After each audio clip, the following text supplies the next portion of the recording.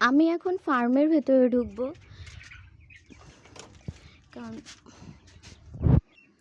মুরগির বাচ্চাদের যে হচ্ছে ফ্যান আছে উপরে, সেই ফ্যানটা চালাই দিব, কারণ ছাদের উপরে তো এখানে অনেক গরম থাকে। প্রথমেই আমি জীবাণুনাশক দিয়ে পায়ের তলা টলা সব পরিষ্কার করে নিব।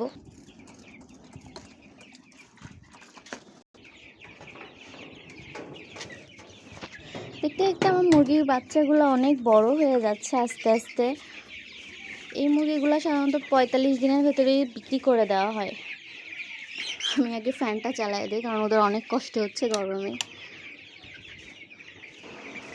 আমি আমার নেক্সট কোনো ভিডিওতে এই ঘরটা করতে টোটাল কত টাকা খরচ হয়েছে সব কিছু ডিটেলস বলবো।